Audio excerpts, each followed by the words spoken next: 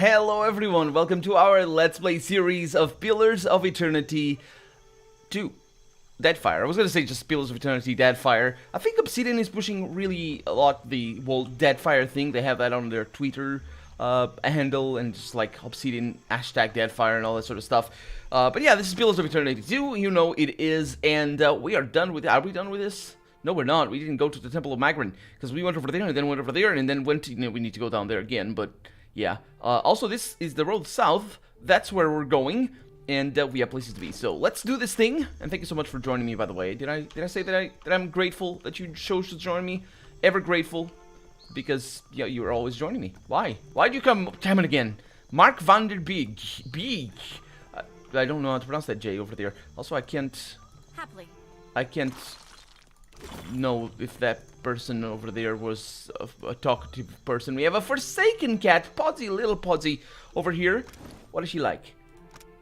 I think that might be, I don't know if that's she or him, because, you know, of the three-color rule of cats. While Podsy is following you around, your fire abilities are stronger, and your party gains a reflex bonus. Fire keyworded power levels. Fire keyworded, that's an interesting one. Power level is a measure of the overall power of your character. All active spells and abilities are modified. Okay, I see what it is. Yeah, that's pretty cool, actually. And, I didn't know that. I didn't know that, but that's good to know. Let's have a chat here with Mark van der Beek. I'll go with Beek, sort of. You find a man of middle years inspecting a metal tool unlike any you've seen. He has several similarly strange items on his belt, all quite clean and orderly. They look like the tools one might use to pull a tooth or shoe a horse, but much more delicate. He wears pristine, cream-colored robes. The muzzle of an arquebus is visible just over his shoulder. His eyes brighten when he notices you. The man's robes shimmer with a faint trace of arcane energy. Glyphs stitched into the hems and sleeves seem to be the source of the effect. Also, I just now remembered that I probably want to give 2 pistols to Maya so she can dual wield. And the mace, rather than the arquebus. I think I gave her the arquebus. We'll see how that goes. A good day, traveler. I see you've taken an eye to my instruments. If you've any interest in the medical sciences, you need only ask. Well then, questions? Yeah, tell me about yourself. I'm a researcher in the medical sciences. And before you ask, no, I don't mean animancy. Neither do I mean magic, nor, gods forbid, necromancy. Medicine. Study of the kith body, its inner workings and such. Medicine. Actually, initially I thought he was an animancer just because of the intricate tools that he had. Although that is a little bit weird. He'd probably be studying stuff like transportation of the soul and all that sort of stuff, because animancers tend not to have like delicate tools. They don't need to do that. But yeah, he's just a surgeon. A medicine surgeon. Boy. I've misgivings about magic use. It's useful, I'll grant you that. But it's a crutch. Stunts our scientific development, you understand. Makes me a bit unpopular, as you can no doubt imagine, which is why I've got this arquebus here. Oh, it's arquebus that's pronounced. Okay. Sure. What do you mean? You better have an explanation for this, because you're treading in dangerous territory here, my friend. And I'll explain to that. I'll explain what I mean in a little bit, but let's first give him a chance. What do you mean by unpopular? A patient of mine died under questionable circumstances. One morning they were fine, and the next they were dead. Someone is trying to discredit my work, I just know it, but they won't succeed. I came here to the archipelago to evade my rival's attempts at sabotage, and there certainly is quite a lot of work in the Deadfire, I must tell you. My question was, what do you mean unpopular? I thought it was more, why are you unpopular? Why do you have these rivals that you mentioned? I guess that is fairly self-explanatory, because he considers magic to be a crutch and the stunting of scientific development. The problem is, oh boy, it's getting worse as I read it again. It wasn't very bad the first time when I heard it, but yeah. So fantasy games do this a lot, and sometimes it's okay, sometimes it's really not. This is the I should have read it when he said medicine over here. There's a little bit of a disdain right off the bat when he says that. Well, it is true that it is medicine, medicine. But because there is a very clear distinction between what a priest does and what a druid and all the magic in general, and then specifically animancy, which is a different school as well, very different.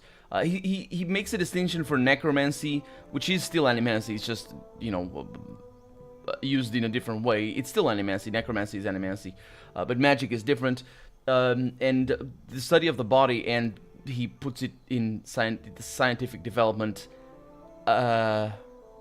He doesn't say animancy when he says he has misgivings about magic use, but it seems to me like he's just a character that was written as a sort of transportation of modern day and real world, let's say real world issues into this world. They don't work.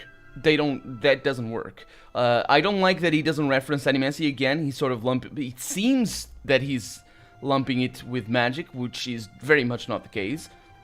Really, really, really not the case. Animancy is not magic, and specifically, it uses the scientific methods, which means it is science, because that's what science is. Well, not necessarily, actually. You could have pseudoscience, but animancy does use scientific methods and is a science. It's just not medicine. It's animancy. It's a different science, right? It's just like it's not physics. It's chemistry or whatever. This seems more like he's just trying to oppose in a half-assed way, actually, because what he says here it said it's useful. I'll grant you that. Yeah, that's a problem. If you're gonna oppose science to magic, and you're gonna say magic cannot be scientific, then you can't admit that magic even exists in the first place, or even is useful in the first place. Because if it exists, it can be studied using scientific methods. That's just how it is. That's just basically what it is. That's how you oppose anything to science. It's just, can you apply scientific methods? Because that's what science is, a scientific method. So it just seems like he's just sort of... it's the same you know what I mean? It's sort of the commonplace, it's magic versus science! And I really thought that, and I'm gesticulating a lot when I mockingly said just now. And I really enjoyed in the first game that they had animancy be a science, and the game fully goes on board with that, and just be like, these guys are scientists that are messing. They're like crazy scientists, many of the animancers, because they are messing with the. But when I say crazy scientists, I mean the proverbial one, the sort of stereotypical one, because they're messing with things that don't fully understand, that impact the lives of people, that have that have moral issues that I raised as well in at least in my Twitch playthrough, because the problem, specifically the problem of consent and the study of the soul and the implications of that, and there's a lot of atrocities committed by animancers for sure, but that's. I really hope he doesn't pull that, because that question is never raised in the first game, and there's reasons for that. I didn't fully understand it at the time, and I still don't fully understand. It's not really explored about the matter of consent in Animancy in Pillars of Eternity 1. I really hope he, in particular, this Mark Vanderbidge dude, doesn't raise any of that, because if we're talking about medicine in anything other than a very, very, very modern sense, consent is just you can't play that card, because the history of medicine is just plagued with complete atrocities. And I'm not talking about even the worst cases. I'm just talking about normal, just scientific experiments that they were done in slaves. The medicine of the mind. I say this medicinal study of the mind in particular is just rife with that. Experiments which were done in prisoners and women, and just terrible history in the real world, of course. But this is very much a character who's just bringing in the problems of the real world into Pillars of Eternity, where it really doesn't belong, at least that I've seen anyway. Tell me about yourself. I'm a researcher in the medical sciences, and before you ask, no, I don't mean animancy. Neither do I mean magic, nor... He goes back to that, okay. I've misgivings about magic use. Persecution complex. I am being dismissive by saying this, but I wonder if that is what is the case. Delightful. You would have one too if you'd experienced the things I have. Well, okay. A patient of mine died under questionable circumstances. Oh yeah, I've heard about that. Okay. So can you teach me what you've learned in your research? I've told you of my troubles. I suppose it's the least I can do.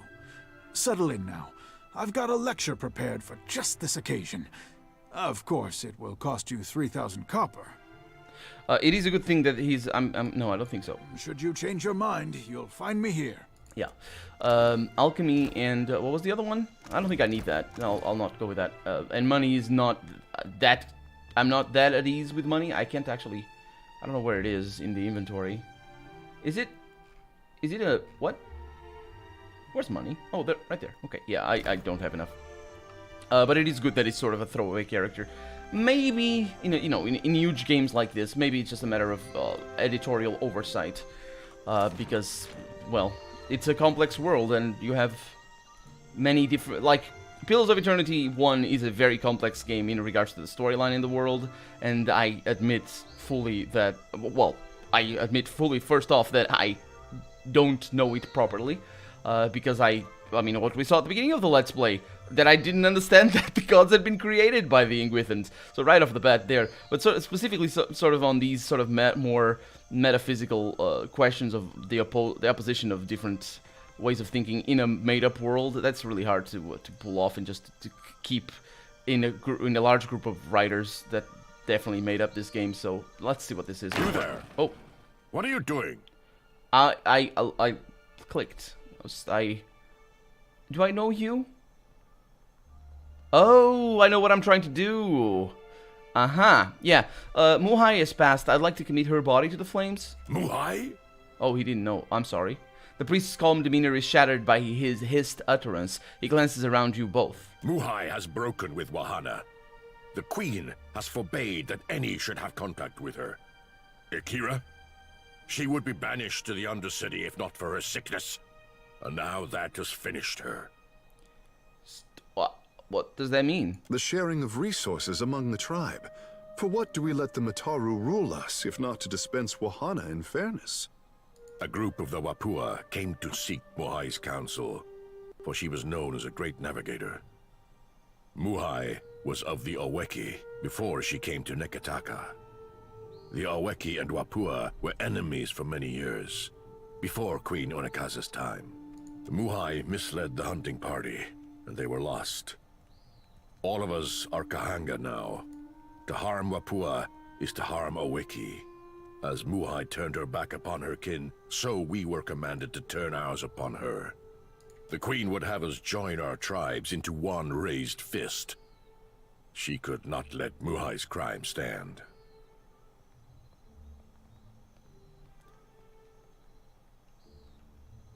She died alone. Isn't that enough? So too did she act on her own, against her own people. She does not deserve the honor of walking with the gods.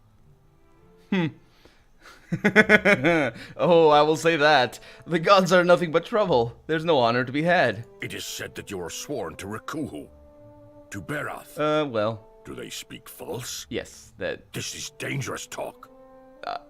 Well, yeah, a sworn statement made under duress is not valid, so yeah, no. Come. Give me the body. I will bury her beyond the great city walls. It is the best that I can do. I mean, I'm tempted to give him the body, to be honest. Is there no other way? I really hope he doesn't just remove that option if I say this. You are not of the Kahanga tribe. For what do you do this? I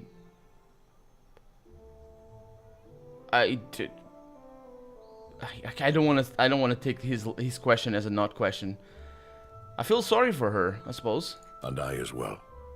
Muhai has brought great sorrow upon herself. Okay. I will do as promised. Thank you, outsider. The Wapua have their justice, and the Queen's law stands. You have done the right thing. I think so, yeah, suppose. Okay. Oh, I hear your talk. Who has turned your heart against me? The priest? Has he forgotten who we were? Never before would a member of the Awiki have been left to die alone. I upheld my tribe's honor, and for that I was abandoned. Left to waste away, to hobble around my home with only maps for company. Now I will be buried like a secret. Never to know Magran's favor. It doesn't matter. It's like, it doesn't matter. Boy, these guys. Magran never cared for any of us. Find your own way up from here. A curse upon you, Yeah. Watcher. May your life's path curve upon itself. I hope so. May you lose your way on the wheel. I will. Thank you. I have already, by the way. So there we go. Task updated, not complete. Maybe. Let's see. Cremate Muhai's remains. That's the new objective, but that's there. Okay. Well, thank you very much. I'm gonna talk to him. The Magranite priest has the build of a boulder. His thick-set frame stretches his fine robes to the Sims. He regards you with a steady, calm gaze, nodding in greeting. Be welcome. We gather to honor the goddess, for we must earn the strength to endure the darkest of life's battles. Didn't expect to see so many foreigners at the temple. It is an opportunity to learn. What good is a fighter who knows how to defend against a single enemy? If we must one day fight one another, such is Magran's will. Each obstacle is a challenge we must answer. These are whetstones that sharpen us into fine blades. So this is your temple? Man, these are weird questions. Like, why didn't I not expect to find foreigners? I mean, I guess I understand that. Okay, so this is not as weird because we're not in the foreigners district. While this is a temple and probably a place of pilgrimage, it is still the interior of the city, and yeah, it makes sense that there wouldn't be as many foreigners. We did find one of them, so. But this is your temple. Well, it's Temple of Magran. What do you mean your temple?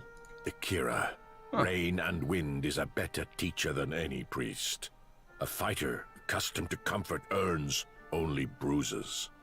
Yeah, the Magran priests and priestesses they're very focused on trials. Excuse me.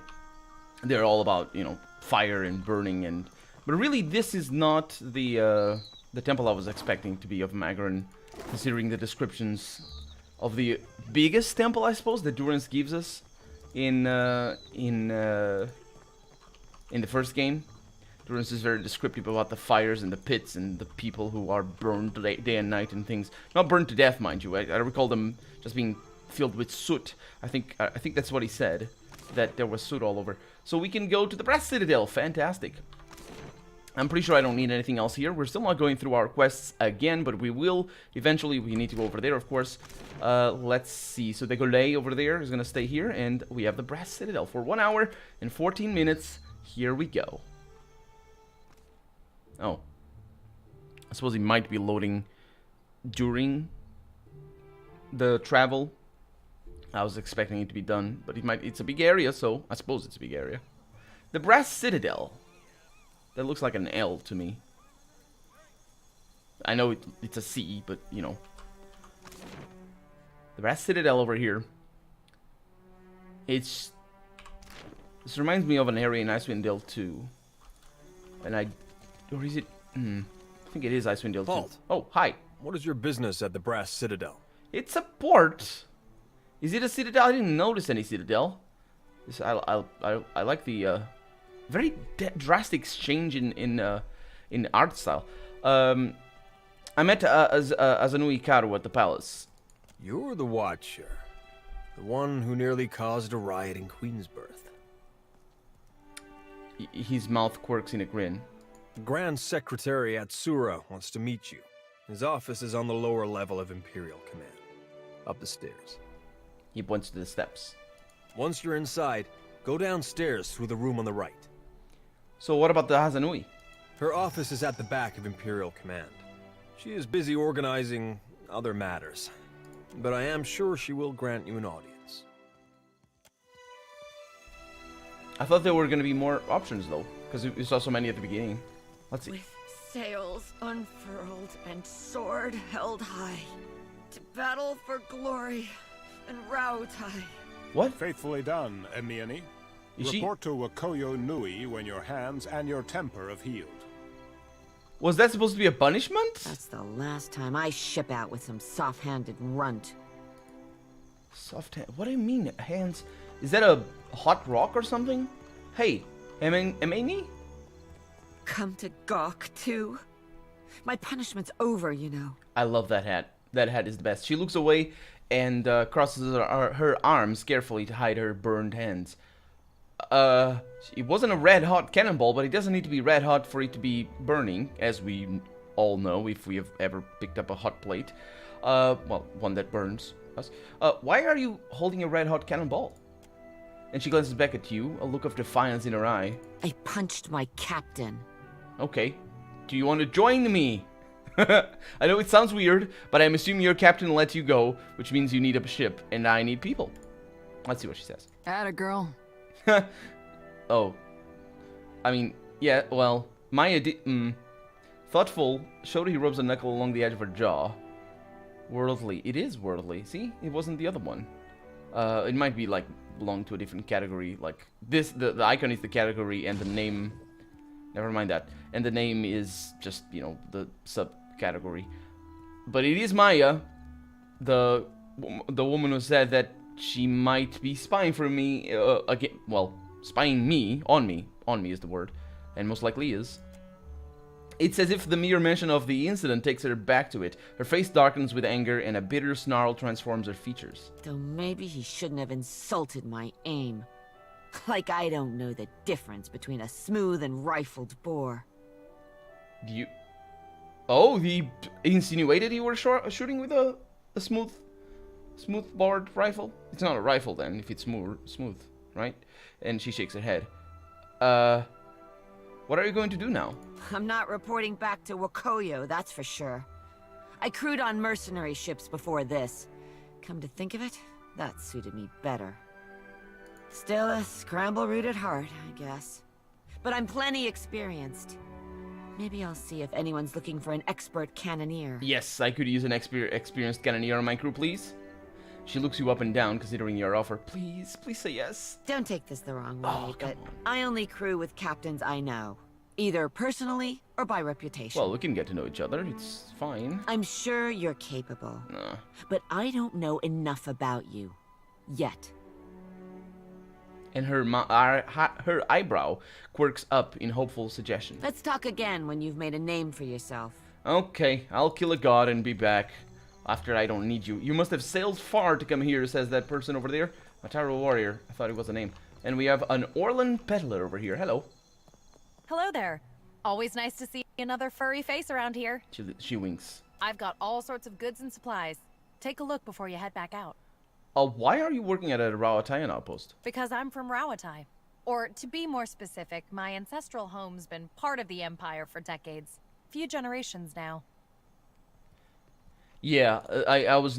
There's some countries that are multiracial and others that are dominated. Rawatai is definitely dominated by Aumaua, but Aumaua are found elsewhere in many different places. We do find them a lot in Deerwood and Erkeland Fath, as well as in the White March, which is still Deerwood technically.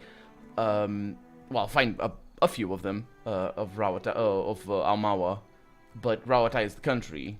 Aumawas are the race, of course, and yeah, that explains why this is a different architectural style, I would assume. Also very militaristic, very reminiscent of the 16th and 17th century architecture here in Europe.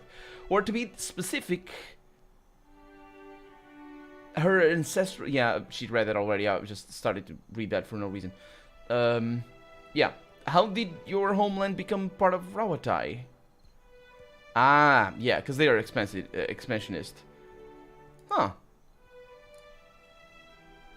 And it's interesting that she says she's from Rawatai, so she's not implying that, you know, she bears ill will towards the Empire. The usual way, I guess. Their soldiers beat ours. Doesn't that bother you? She glances around to see if anyone is in earshot. I guess it used to. When I was younger, I grew up hearing stories of the time before from my grandparents. But they were children themselves when Rawatai took over. It makes sense that he wouldn't... it makes sense for her to act this way, I suppose. But yeah, I guess it doesn't now, because she pretty much, like... Yeah, I guess that answer is okay as well for somebody that is a little bit upset about the whole invasion, or whatever. Some wax romantic about the old days. Anyways, I'm just trying to make a living. That's why I'm here, after all. That's why we're all here. Even me, who have a bomb made by the god of death inside of me, or something. What is it like, living under the Rauatai rule? I don't know. I never known anything else. We've got the Rauataians' fancy new irrigation canals now, and the roads have gotten better. The ones leading into Tokoa, anyhow. Funny thing is, the further you go on them, the nicer everything gets, and the more it all looks like this. Yeah. Yep. That's the art style. Let's go back to business. That's a better subject. Okay, let's see what you got to sell. Take a look. Let's see if it's anything good. Gauntlets of Ogre Might. Now that is nice. Ring of Greater Protection plus health. Nah. Greater Regeneration, sorry. Charm of Bones. Call of the Restless. Summons a random vessel to fight for a wearer. That's for... Yeah, it's undead. Yes, a vessel. That's what it means. Lay onto slumber. Not onto lumber. Yeah, it's fine. She doesn't actually have too much stuff. I could sell some of my own stuff, which I'm beginning to think might be a brilliant, amazing idea. Do I have pistols? I have 2 pistols. But do I have better pistols? I don't think I have better pistols. So I'll keep those, because I might have to use them for Maya. And then we have a scepter over there. And then that's good. And then over here, I can sell nope, that's not what I wanted. And now I don't know. Okay, doesn't matter. I don't like that this does this. It did that in the first game as well, but now it's even harder to, I've got all sorts of... Take a look. To manage, just because it's... You don't have access... You can't, you know, put stuff from one character to the stash in this screen, so it is a little bit difficult. These things are making us money! Water Shaper's robes, those things are I mean, are they exceptional? They are exceptional, yeah. Good stuff. Look at us. That's how I make money. I could even go back and learn about the medicine things. I suppose I wouldn't be a bad idea. But we're gonna have to do that next episode because we're out of time for the day. So for right now, I'm Colonel RPG, and this has been Pillars of Eternity 2, Deadfire, however you want to call it. Thank you so much for watching. I hope you enjoyed it. If you did, leave a comment down below. Leave a like as well. Don't forget to leave a like if you want to see the next episode come out sooner rather than later. But above all, thank you so much for watching, and I hope I'll see you next episode. Bye-bye.